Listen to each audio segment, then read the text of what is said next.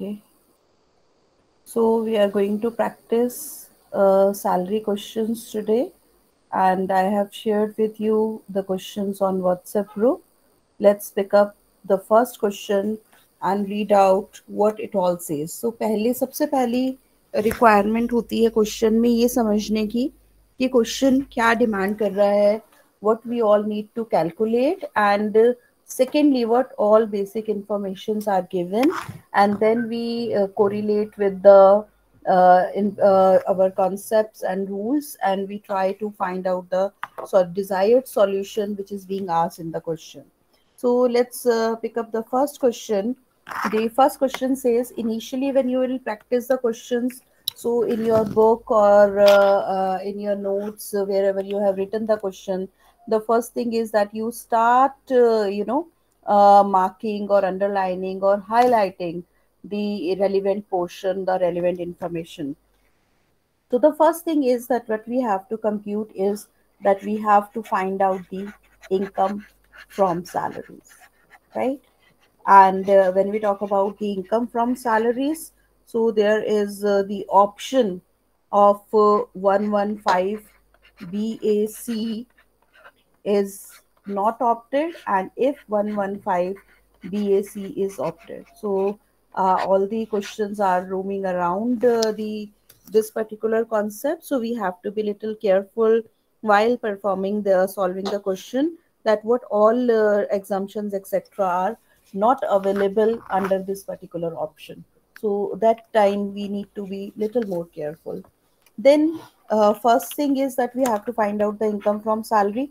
तो इसका मतलब हमें ग्रॉस सैलरी भी निकालनी है, और ग्रॉस सैलरी में से हमें डिडक्शंस अंडर सेक्शन 16 भी प्रोवाइड करना है, राइट?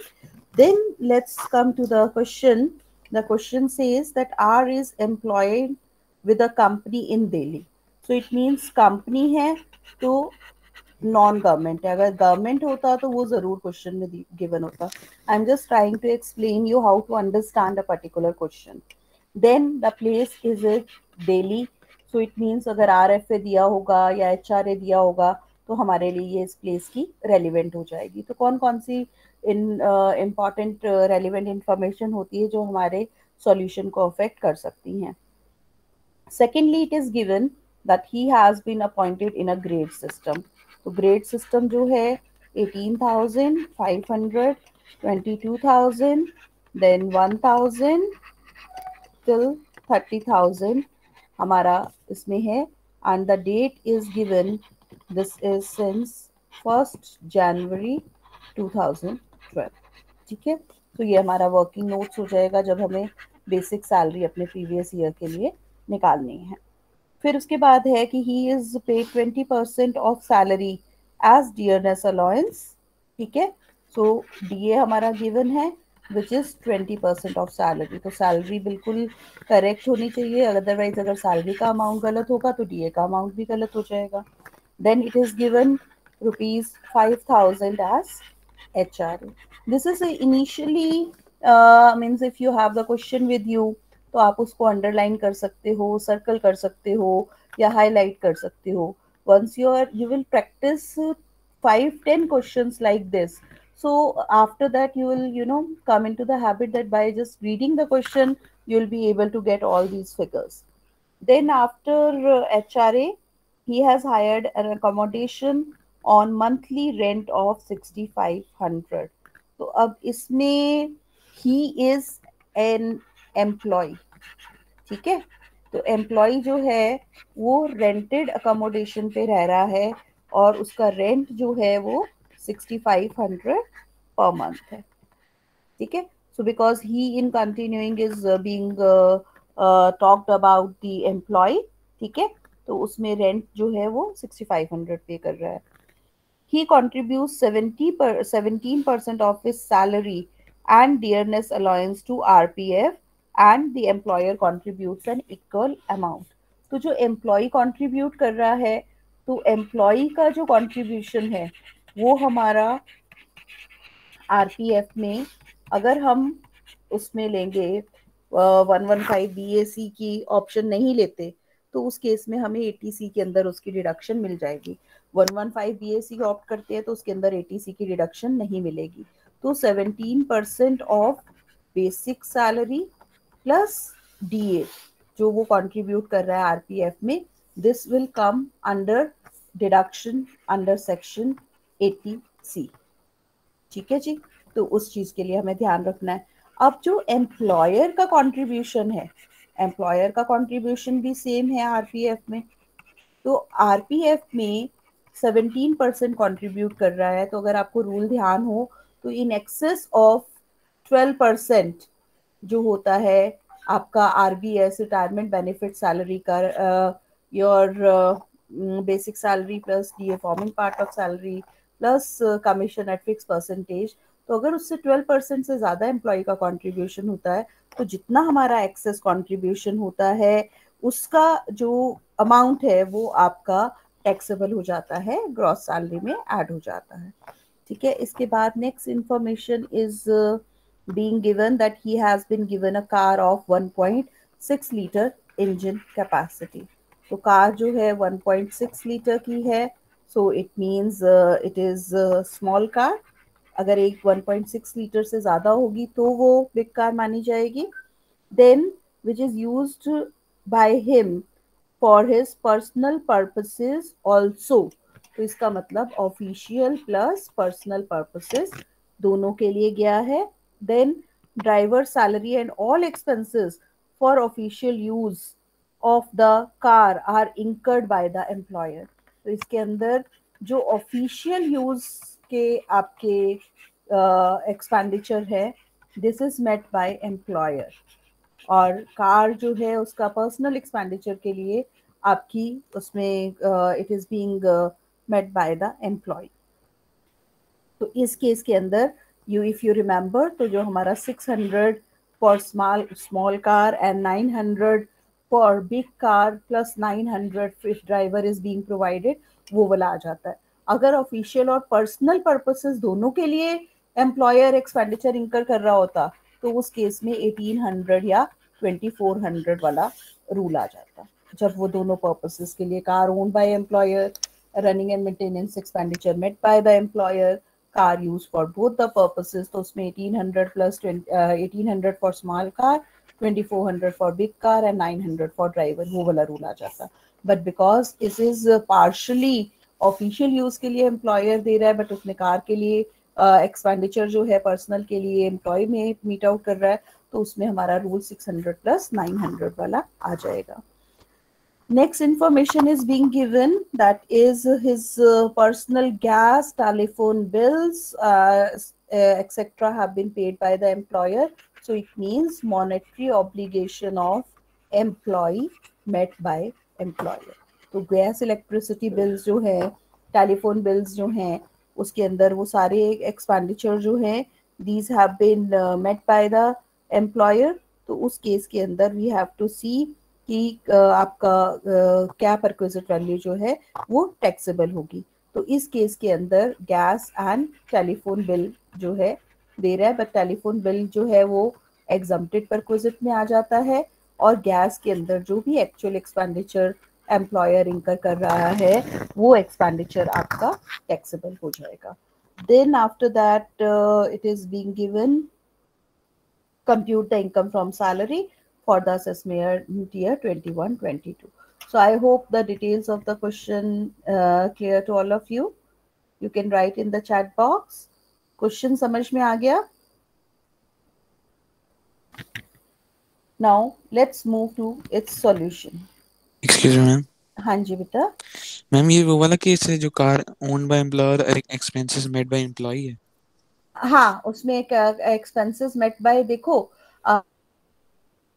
यूज के लिए एम्प्लॉयर एक्सपेंसेस मीट कर रहा है तो हमें कोई बेनिफिट तो नहीं हो रहा ना, हमें तो पर्सनल एक्सपेंसेस के लिए अगर एम्प्लॉयर मीट आउट करता तो हम उसको कंसिडर करते।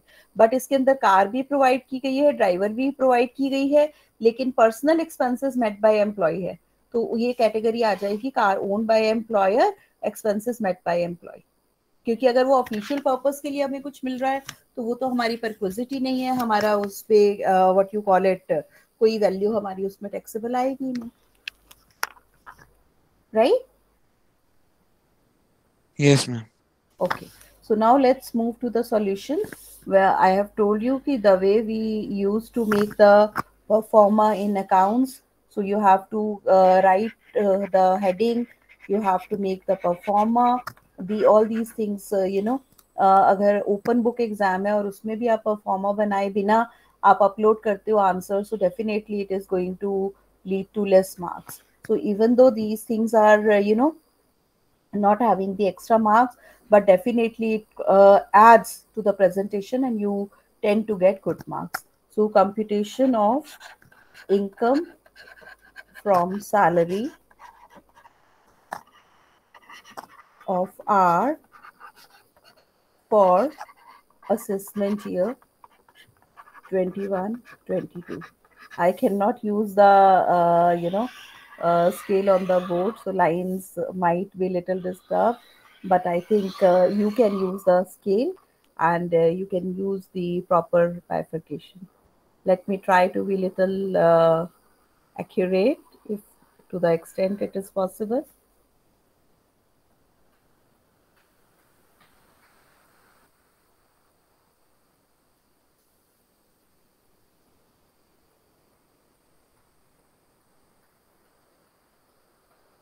See, this internal column is about the amounts where we are using the taxable and exempted portion. Here we take the option 1 where there is the tax without 115 BAC. Okay? And here the tax opted tax under section 115 BAC. So we'll not require to do the question 2 times. Though the very first thing is the basic salary. So when we talk about the basic salary, so as we have discussed in the question, this is on the grade system. So we have to make the working note for the basic salary. So if we see the details in the question, the basic salary is 18,500 up to 22,000 and from 1st January 2012. So let us do the working note here. It might take little more time to solve this question, but that's perfectly all right. Slowly and gradually, when you will practice 10-15 question yourself, so your accuracy level will improve and your speed will be, means we can say that if one question you are able to solve in 30 minutes at present, so you'll be able to solve in 15 minutes. And if you're taking 1 hour at present, you will be taking 30 minutes. So you will improve upon time and accuracy as well. So when we talk about working note 1, so 1st January 2012 से 31st of December 2012 तक उसकी basic salary थी 18,000. So I'll just write quickly so that you can use the complete details yourself. So हमें यहाँ पर चाहिए तो we can use the details here properly.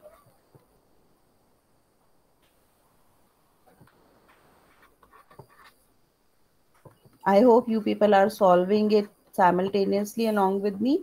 So initially it is the 500 increment. So 18,500, 19,000, 19,500, 20,000, 20,500, then 22,000 पे limit है ना, okay, 21,000, 21,500, 22,000 और 22,000 के बाद if you see the increment is 1,000 instead of 500.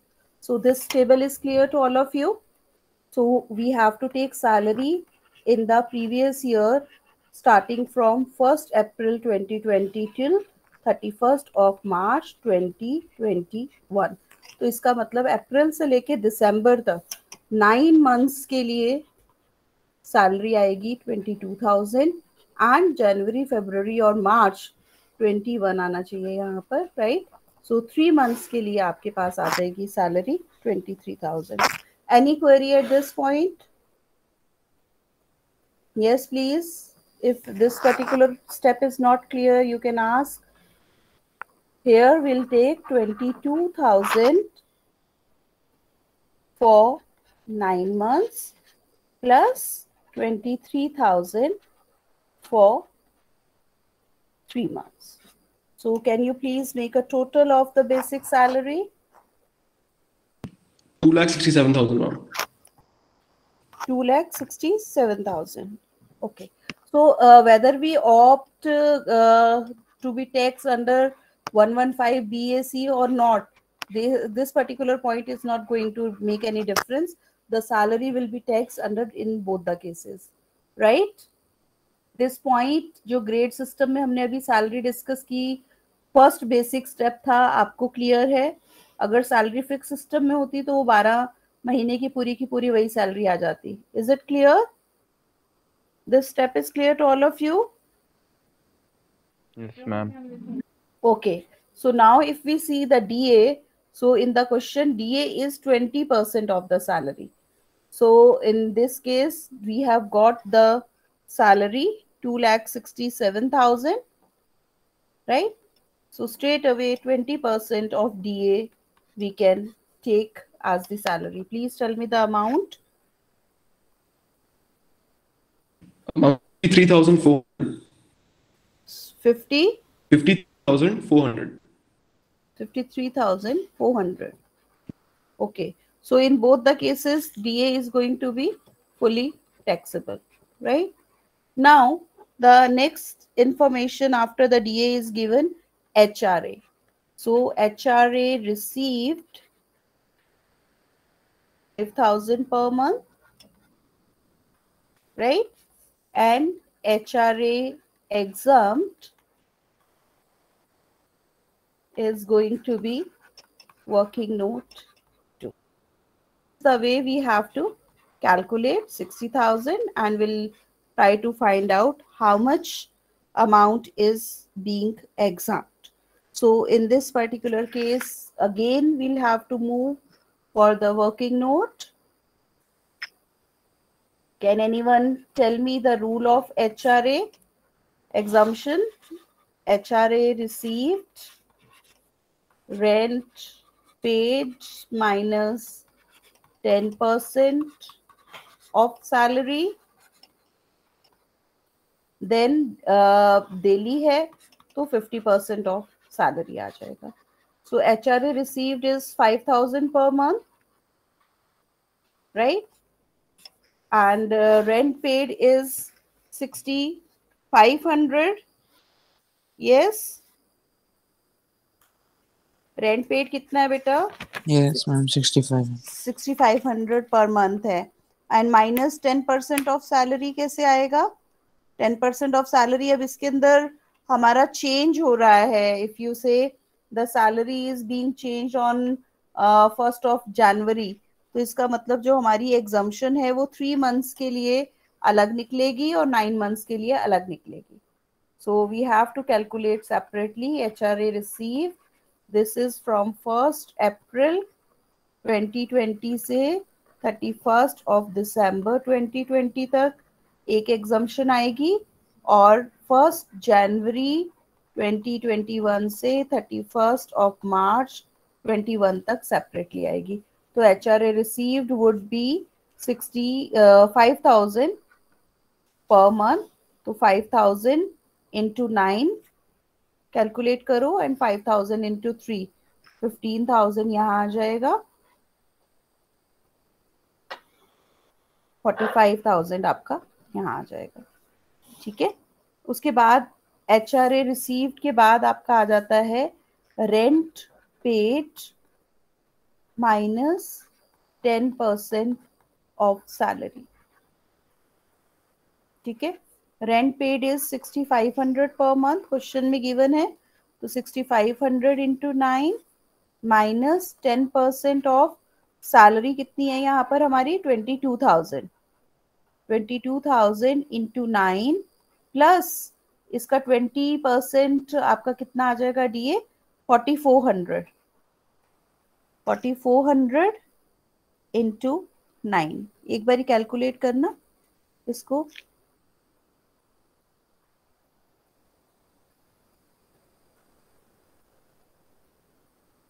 Please, can you please calculate this for me?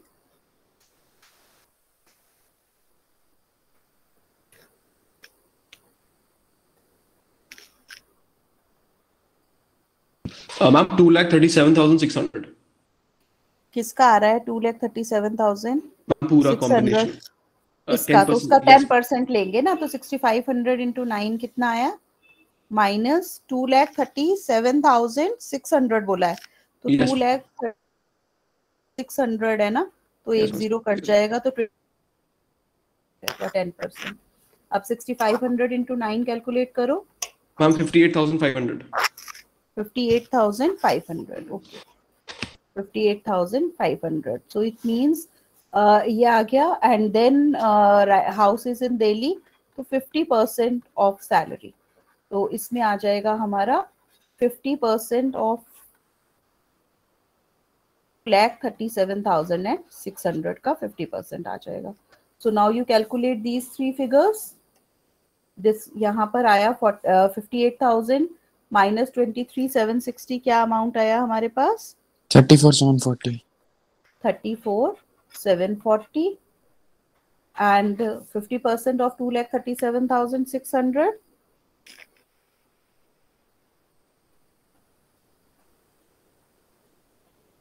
Yes, 50% of 2,37,600. 1,18,800. 1,18,800. तो इसके अंदर this is the lowest value, so this is going to be exempt. तो 45,000 में minus हो जाएगा, तो हमारा taxable amount आ जाएगा। तो exempted amount is the least amount. Now we calculate for the second section. 15,000 हमें HRA मिल रहा है, यहाँ पे हमारा आ जाएगा, if I say 6,500 into 3 minus 10% of salary आ जाएगी आपकी 23,000 इंटू 3 एंड 23,000 का आपका, मैं यहाँ पर एक स्टार बना के नीचे कैलकुलेशन कर देती हूँ। यहाँ पर आपकी सैलरी आई, आपका रेंट आया 6,500 into 3 minus 10% of 23,000 into 3 plus 23,000 का 20% हो जाएगा आपका 4,600। 4,600 इंटू 3, ये कैलकुलेट करो आप please. 6,500 into 3 minus 10% of salary plus DA. Salary आपकी जनवरी से लेके मार्च तक 23,000 है, तो 23,000 इंटू 3 हो जाएगा, उसका 20% डीए है, तो 23,000 का 20% होता है 4,600 इंटू 3। तो इसका 10% कैलकुलेट करो और 6,500 इंटू 3 में से माइनस करो।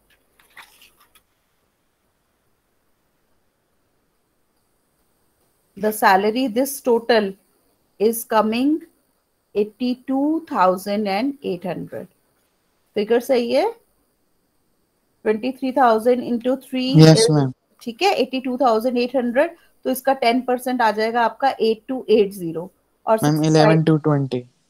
11,220 इज द आंसर। और इसका 6,500 इंटू 3 क्या आ रहा है? Answer. Ma'am, आंसर है। एक बारी आप फिगर भी बता दो, 6,500 इंटू 3 क्या है? 19,500. 19,500 माइनस 8,280, ठीक है। तो इस 19,000 माइनस 8,280 हमने किया, तो दिस केम 220. 11,220, ठीक है। और इसका 50% ऑफ सैलरी निकालो 82,800 का, तो ये आ जाएगा 41,400, है ना। 50% ऑफ सैलरी 41,400, राइट। 82,800 सैलरी आई थी ना 3 महीने की, तो उस 3 महीने की सैलरी का 50% लेंगे, right. So in this case, the 11,220 is the lowest amount. So this is going to be exempt. So now in this case, आप या तो यहाँ पर exemption लिख लो और total exemption को ऐड कर दो और total HRA रिसीव में से माइनस कर दो। तो उस वो भी पॉसिबल है, या टोटल यहाँ पे टैक्सेबल अमाउंट निकाल लो। तो यहाँ पे एग्जम्पशन हो गई आपकी 34,740 plus 11,220। So this total amount कितना आया बच्चे, या total 45,960. 45,960. So in this case what we have to do is 45,960 is exempt out of 60,000. Is it clear? Yes. तो इसका रिमेनिंग अमाउंट जो है हमारा टैक्सेबल हो जाएगा 14,040 माइनस, ठीक किया मैंने? Yes. Yes, ma'am. Right? But this HRA exemption is not available if we are going to opt to be taxed under section 115 BAC. तो इसका मतलब इस केस के अंदर हमारा 60,000 का 60,000 HRA टैक्सेबल हो जाएगा। अब इसमें अब आपको क्या ध्यान रखना है कि इवन अगर पर्सनल टैक्स प्लानिंग में भी आप करते हो तो the person who is having who is staying in the rented accommodation, तो उस केस के अंदर उसके he is required to calculate कि अगर वो HRA की एग्जम्पशन लेता है तो उसकी टैक्स लाइबिलिटी कितनी आती है, और HRA की एग्जम्पशन नहीं लेता है तो उसकी tax liability under this percentage कितनी आती है। So then he can compare कि जिसमें टैक्स लाइबिलिटी कम आ रही होगी तो उसे HRA की एग्जम्पशन लेनी है नहीं लेनी, वो वहां पे सीख सकता है, वो वाली ऑप्शन सिलेक्ट कर सकता है। सो इफ यू सी कि अभी हमने सीखा बेसिक सैलरी का कॉन्सेप्ट, बेसिक सैलरी का एज अ परसेंटेज दिया हुआ है, और HRA में विद वन फैक्टर चेंज हमने HRA की एग्जम्पशन कैसे निकाली। तो जब आप फुल फ्लेज क्वेश्चन करोगे तो आपकी सारी जो हमने बेसिक कॉन्सेप्ट, एक एक कॉन्सेप्ट के ऊपर एक एक क्वेश्चन हमने प्रैक्टिस किया हुआ है, वो आपको यहाँ पर हेल्प करेगा। तो अगर आपने वो प्रैक्टिस अच्छी की हुई है तो you will be able to do this fast, and अगर आपने वो प्रैक्टिस नहीं की हुई तो यहाँ पे अब आपको 10 के 10 कॉन्सेप्ट और उनकी कैलकुलेशन, उनकी एग्जम्पशन, उनके रूल्स दोबारा प्रैक्टिस करने पड़ेंगे। तो you are likely to take more time. So it is means it will differ from one student to other student कि वो एक क्वेश्चन को करने में कितना टाइम स्पेंड कर पा रहा है। अब नेक्स्ट आ जाते हैं कि after HRA next item is being given. HRA के बाद हमें दिया हुआ है रेंट, दिया हुआ है वो हमने यूज कर लिया। एम्प्लॉय का कंट्रीब्यूशन RPF में, तो RPF में तो हम एम्प्लॉय का कंट्रीब्यूशन बाद में लेंगे अंडर सेक्शन 80C में, लेकिन एम्प्लॉयर का कंट्रीब्यूशन हमें ये देखना है कि 12% से वो जब ज्यादा है तो वो आपका टैक्सेबल हो जाएगा। So we will write it here excess sorry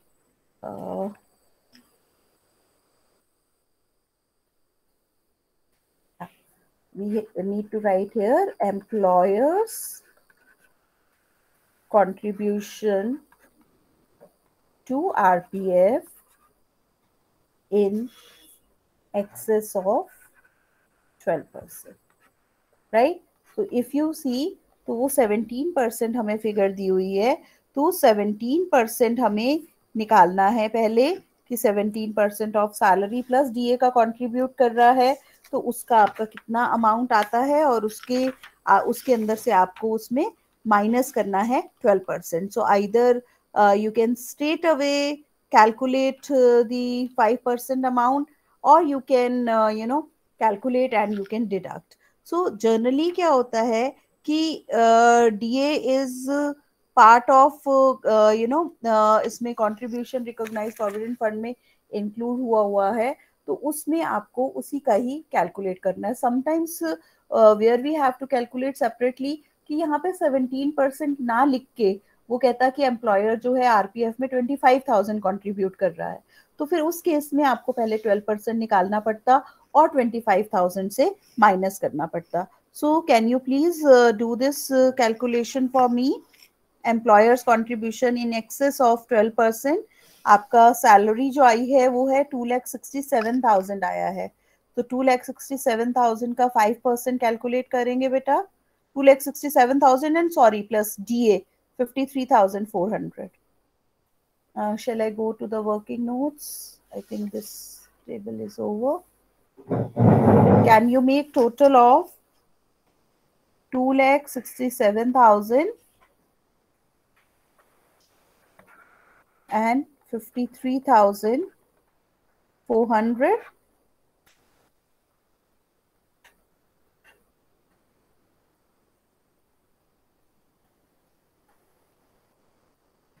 $3,20,400. Can you calculate 5% of this? How much it is coming? 16,020. 60. Concept is clear कि up to 12% जो है वो आपका exempt है. अगर आपको क्वेश्चन में अमाउंट दिया हो एम्प्लॉयर के कंट्रीब्यूशन का, तो उस अमाउंट में से आप 12% of salary plus DA minus करेंगे, right?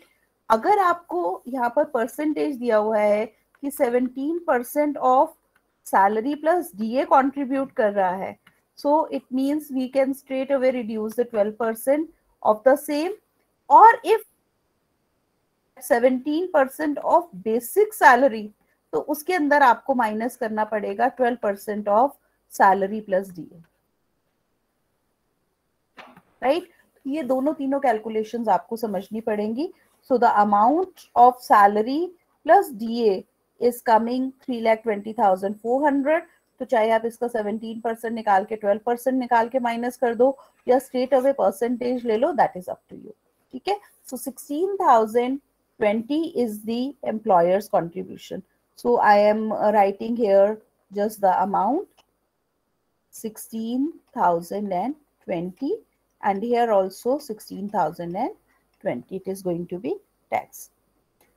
After the employer's contribution, there is the facility of car is given. तो कार का जैसे हमने अभी डिस्कस किया, taxable value of car perquisite. So in this particular case, the taxable value of car perquisite, because it's a small car, so it is going to be 600 into 12 plus driver's perquisite.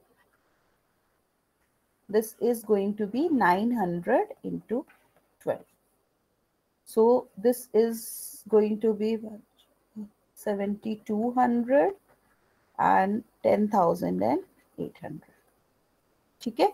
So this car perquisite is going to be, the total value is going to be 18,000 will be the taxable value. So 18,000 will be taxable in both the cases. No exemption is there in case of 115 BAC.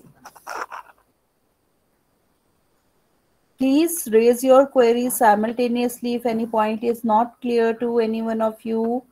मैंने इसीलिए पहले question pick करके question को अच्छे से explain किया है. After driver's perquisite, it is given the personal gas and telephone bill. तो इसमें आप टेलीफोन बिल रीइंबर्समेंट यहाँ पर ले सकते हैं, and you can write here exempt and you can put a dash in both the columns, or you can write down that the telephone bill reimbursement is exempt from tax, right? Both ways it can be taken, but I always prefer to write it into the question form, because sometimes we forget to give it in a footnote, or if we are not in a habit to write it simultaneously. Then gas, electricity bill reimbursement or bill payment, so it is given 1,200 rupees. So this is going to be taxable. कुछ भी exemption नहीं मिलेगी. जो भी actual expenditure है, nurse, sweeper, watchman, servant, etc. कोई भी provide किया हुआ है, वो सारा आपका जितना actual amount of expenditure employer इंकर कर रहा है वो आपका फुली टैक्सेबल हो जाएगा. तो इन चीजों को आपने थोड़ा सा केयरफुली करना है. Then after that, oh that's it, the question is over. So we will arrive at the figure of gross salary. So please make a total in both the cases, then less deduction under section 16. तो हमने discuss किया था कि जो भी salary आएगी उसमें से 50,000 आपका as a standard deduction allow हो जाएगा, and this standard deduction is not allowed if the employee opt for the 115 BAC. उसके अलावा आपका एंटरटेनमेंट अलाउंस का डिडक्शन नहीं दिया हुआ, प्रोफेशनल टैक्स का डिडक्शन नहीं दिया हुआ. So this will be this amount will come and you will arrive at the figure of income from salary. तो क्वेश्चन में इनकम फ्रॉम सैलरी निकालना है, तो जो भी यहाँ पर फिगर आएगी this is going to be your answer. अगर वो कहते टैक्स लायबिलिटी निकालनी है तो जो यहाँ पर अमाउंट आता और जो यहाँ अमाउंट आता इस पे हम विदाउट 115 BAC के हिसाब से टैक्स निकालते, इसके अंदर हम विद 115 BAC के लिए टैक्स कैलकुलेट करते. So I hope the concept, calculation and the different aspects clear to all of you. Any query with respect to any of the item? Yes, please.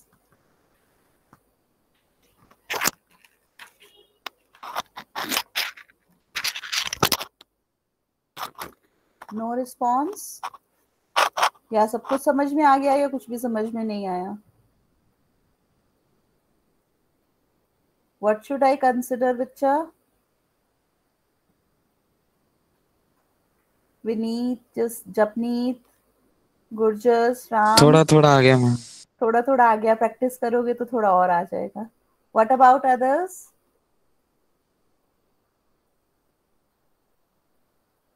Same ma'am, थोड़ा थोड़ा ही आया. It means you people have not practiced the rules and the concepts which we have discussed in the earlier classes. बच्चा ये चीजें तो आपको बहुत अच्छे से आनी चाहिए और that's then only you will be able to do it once you'll be through with the concepts and rules, then only it in the practical of e-filing of return as well. And your internal, I am planning to schedule. You want me to keep it a day before Diwali or after 3 days of Diwali, so that you get time to practice these questions. Ma'am, after Diwali. Oh, After Diwali. let me share the date and you'll be having your internal after that. Ma'am, can you please scroll down a bit? हाँ जी बेटा.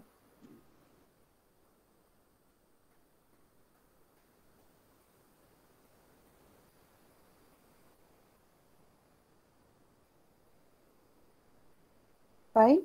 Total अगर आप कर लोगे तो मुझे बता देना. I'll add here. Otherwise, you can do it yourself. Ma'am कर लिया. Okay. So what is the total is coming? Ma'am gross salary 3,69,660. 3,69,660. Both the cases? No ma'am, उसमें है 4,15,620. Okay. And if we reduce 50,000 तो ये आ जाएगा 3,19,660 और ये रहेगा आपका 4,15,620. ठीक है. अब इसमें क्विकली अगर हम 3,19,660 पे टैक्स निकालते हैं तो हमारा जो टैक्स रेट्स है आपको पता है कि फर्स्ट 2,50,000 पे नील है, राइट. देन फर्स्ट 2,50,000 पे नील है. देन नेक्स्ट 2,50,000 पे कितना है? 5%. और उसमें क्या है नेक्स्ट उसमें भी फर्स्ट 2,50,000 पे नील है एंड नेक्स्ट 2,50,000 पे 5% है. तो आई थिंक ज्यादा फर्क आएगा नहीं. So will see another question जहां पर आपका ज्यादा डिफरेंस हो और we will be able to find out the difference in the tax liability if we opt for a 115 BAC and we do not opt for 115 BAC. अब मैं I'm not discussing the solution of question 7. I will be just discussing the items given and we'll just see कि क्या item आपने उसमें लेनी है. सबसे पहले आपने देखना है कि आपने कैलकुलेट क्या करना है.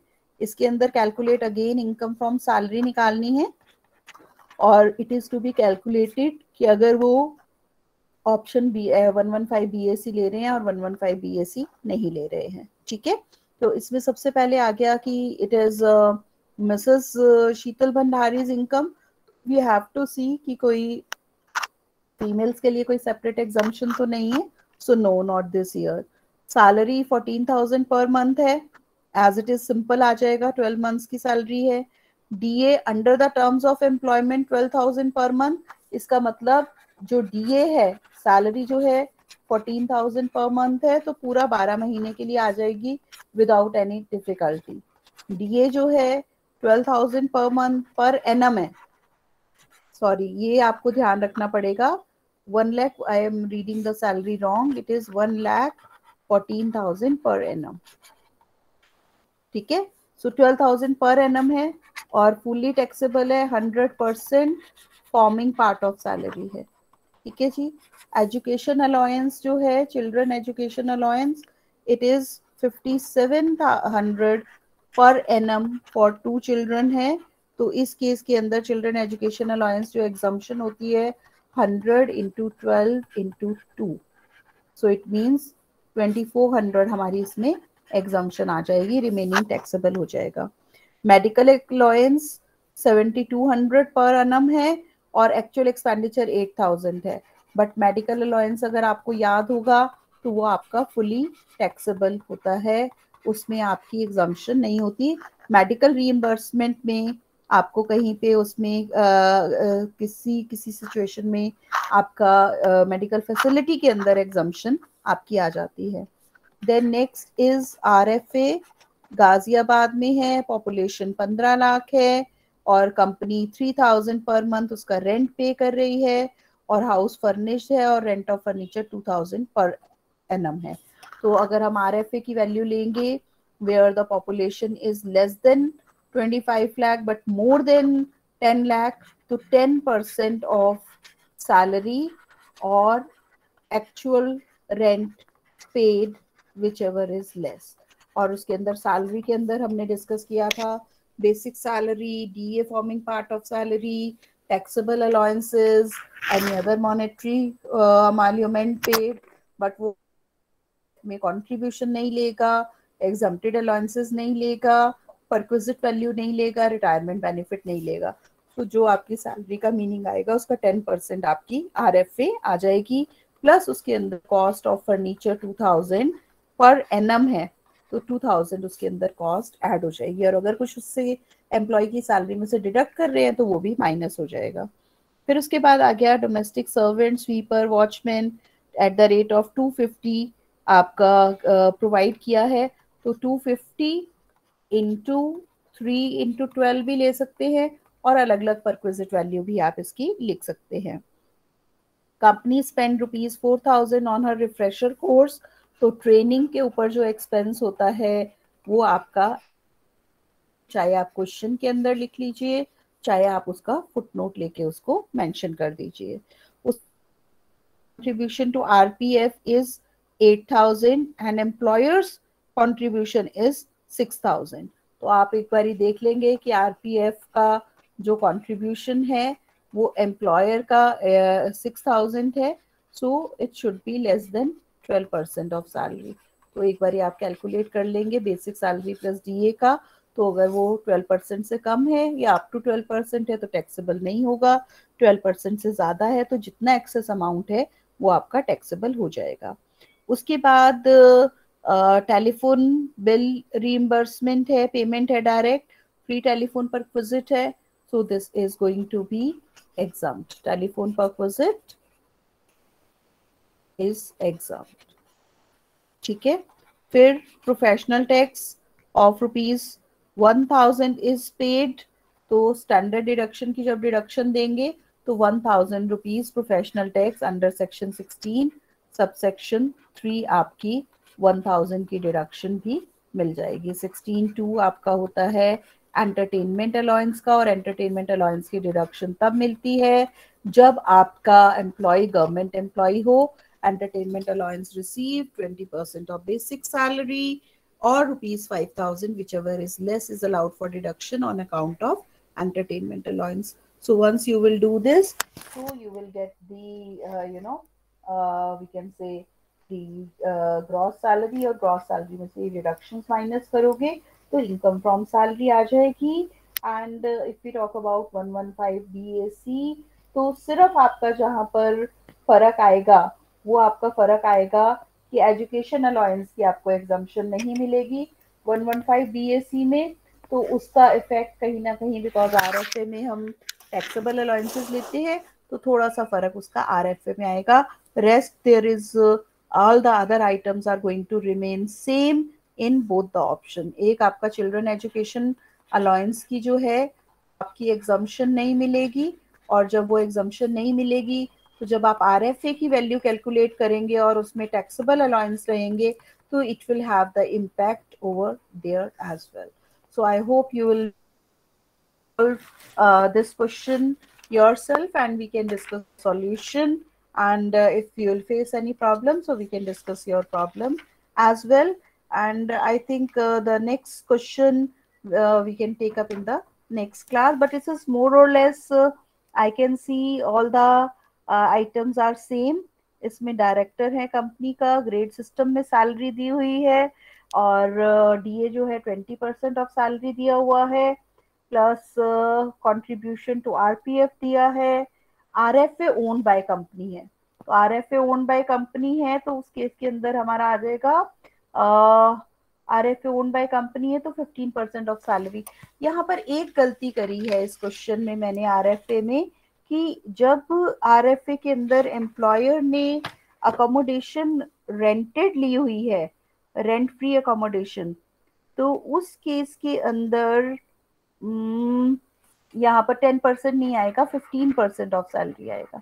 तो उसमें हमें जो पॉपुलेशन का पॉइंट दिया है वो कंफ्यूज करने के लिए दिया हुआ है. तो जब रेंटेड अकोमोडेशन होती है, जब ओन्ड होती है तो उस केस पे हमें पॉपुलेशन देखनी है, और उस केस में हमारा 15%, 10% और 7.5% आ जाता है. But if the accommodation is hired by the employer तो उसके अंदर कॉमन रूल रहता है 15% of salary or actual rent paid by the employer, whichever is less shall be the taxable value of perquisite. और उसको निकालने के बाद जो भी आपकी कॉस्ट ऑफ फर्नीचर है वो आपकी उसके अंदर ऐड हो जाती है, right. So if we talk about the next question, तो उस केस में अंदर RFA owned by the company है, रेंट फ्री अकोमोडेशन, और फेयर रेंट कंफ्यूजन के लिए दिया हुआ है, एंड फिर ट्रांसपोर्ट अलाउंस है, फुली टैक्सेबल हो जाएगा, और मेडिकल अलाउंस है, फुली टैक्सेबल हो जाएगा, सर्वेंट अलाउंस है, फुली टैक्सेबल हो जाएगा, क्लब बिल्स हैं वो भी आपकी एक्चुअल एक्सपेंडिचर टैक्सेबल हो जाएगा. फिर गार्डनर, कुक और कुक की फैसिलिटी है, these are engage by the employer, but वो स्पेसिफाइड एम्प्लॉय में अगर वो नॉन स्पेसिफाइड होता है तो वो एग्जाम्प्ट होता है, तो इसमें आपकी सैलरी जो है 50,000 से मॉनेटरी मॉल्यूमेंट्स ज्यादा है, प्लस वो डायरेक्टर भी है कंपनी का, तो स्पेसिफाइड एम्प्लॉय है तो उसके अंदर वो आपका टैक्सेबल हो जाएगा. आफ्टर दैट एक कार भी प्रोवाइड की गई है 2000 सीसी की, but it is use for the official purposes only. तो अगर ऑफिशियल पर्पसेस के लिए दी है तो चाहे वो स्मॉल कार है या बिग कार है, we are not deriving any benefit from the employer, so it is going to be tax free. Then after that 2 children are studying in the institute run by the employer where no fee is paid, and normal fee of the per student is 800 per month. तो अगर 1000 तक की हमारी education facility होती है तो वो आपकी पूरी की पूरी एग्जाम हो जाती है. And other than this 115 BAC वो ऑप्ट करे या ना करे उसके ऊपर वो डिपेंड करता है कि आपकी सैलरी कितनी है. उसमें कोई एग्जम्पशंस में कोई फर्क नहीं पड़ रहा, सिर्फ आपकी जो है अगर वो 115 बीएसी ऑप्ट करता है तो उसमें उसको स्टैंडर्ड डिडक्शन 50,000 की नहीं मिलेगी. So with this we have discussed all the 3 questions, and it's my humble request to all of you that please pick up the questions and try to solve it yourself once again, even though we have discussed the solution here, but still you are expected to solve it yourself.